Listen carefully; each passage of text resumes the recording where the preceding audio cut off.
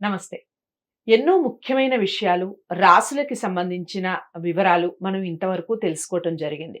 నేను ప్రతి నెలలో రాశి ఫలితాల ద్వారా మీకు సుపరిచితురాలిని. చాలా విషయాలు అటు పండగలకి సంబంధించి ఇలాంటివి చాలా వీడియోస్ నేను చేస్తూ ఉంటాను.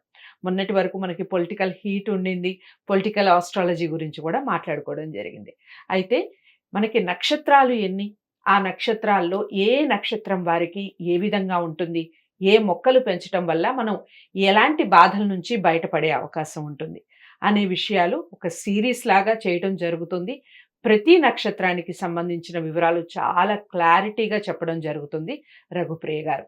మనందరికీ సుపరిచితురాలు, ప్రముఖ ఆస్ట్రాలజిస్ట్, అలాగే సైకాలజిస్ట్. సో తను ప్రతి నక్షత్రం గురించి వివరణ ఇస్తూ ఉంటారు.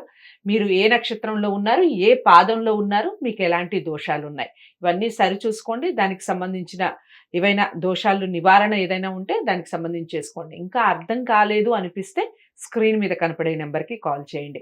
రఘుప్రియ గారు అపాయింట్మెంట్ ఇవ్వడం జరుగుతుంది. దానికి సంబంధించిన పూర్తి వివరణ క్లుప్తంగా మీకు చెప్పడం జరుగుతుంది. అర్థమైందని అనుకుంటున్నాను. ఇక కార్యక్రమాన్ని మొదలు పెడదాం. నమస్కారం. నమస్తే. రఘుప్రియ గారు, నెక్స్ట్ ఏ నక్షత్రం గురించి చెప్పబోతున్నారు పరిహారాలకు సంబంధించి? తదుపరి పుబ్బా నక్షత్రం. పుబ్బా నక్షత్రం. పుబ్బా నక్షత్రం చెప్పండి. పుబ్బా నక్షత్ర జాతకుల వాళ్ళ లక్షణాలు ఎలా ఉంటాయంటే, ప్రియవచనాలు పలుకుతారు. అంటే వాళ్ళు మాట్లాడేదే ప్రియంగా ఉంటుంది. చాలా సౌమ్యంగా, ప్రియంగా, అందరికీ ఇష్టమైనట్టుగా మాట్లాడతారు. తర్వాత దాతలు, రాజసేవకులు. వాళ్ళకి ఏది ఉంటే అది ఇచ్చేస్తుంటారు. దాన గుణం ఎక్కువ ఉంటుంది అనమాట. తర్వాత రాజపోషకులు, అంటే మంచి మంచి పదవుల్లో ఉంటారు వీళ్ళు. వీళ్ళకి దోషాలు అంటే 1, 2, 3, 4 ఏ దోషాలు లేవు. అంతా హ్యాపీగానే ఉంటుంది. వీళ్ళు పెంచవలసిన మొక్కలు ఏంటంటే మోదుగ చెట్టుని పెంచాలి. అది కొంతవరకు వీళ్ళు పెంచుకోవచ్చు. అది పెద్దగా తొందరగా వృక్షం అవ్వదు కాబట్టి కొంతకాలం వీళ్ళు పెంచుకోవాలి.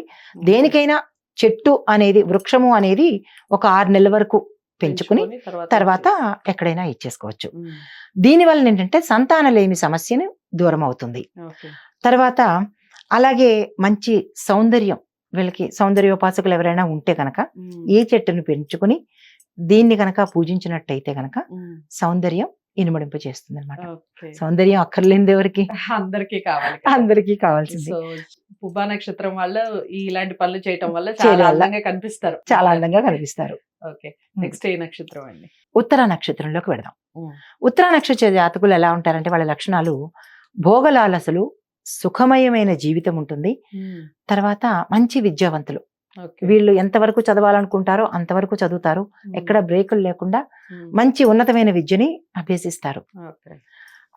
వీళ్ళ దోషాలు ఎలా ఉన్నాయంటే, 1, 4 పాదాల్లో కనుక జన్మిస్తే తల్లికి, తండ్రికి, అన్నలుంటే అన్నలకి, అన్నదమ్ములు లేకపోతే సరే తల్లి, తండ్రి, అన్నదమ్ములకి, అంటే సొంత అన్నదమ్ములకి, అన్న గాని తమ్ముడు గాని అన్నదమ్ములకి దోషం ఉంటుంది. 2, 3 పాదాల్లో పుట్టిన వారికి ఎటువంటి దోషము లేదు. వీరు పెంచవలసిన వృక్షాలు ఏంటంటే జువి చెట్టును పెంచి పూజించాలి. దీనివల్ల ఏంటంటే హృదయ సంబంధమైన వ్యాధులు రాకుండా, ఒకవేళ వచ్చినా కానీ దాన్ని ఉపశమనం పొందడానికి అవకాశం ఉంటుంది. ఇతరులకు సహాయం దీంతో పాటే చెట్టును పెంచడంతోనే కాకుండా సాధ్యమైనంత వరకు వాళ్ళు ఎదుటి వాళ్ళకి, వృద్ధులకి లేదా అనాథలకి సహాయం మాత్రం కంపల్సరీ చేయాలి. వీళ్ళకి చేతనైనంత పరిధిలో. ఇది కూడా ఒక రెమెడీయే, ఒక పరిహారం అనమాట. మొక్కను పెంచడంతో పాటు ఈ పని కూడా చేస్తే సత్వరమైన ఫలితాలు. దానాలు చేస్తుండాలి.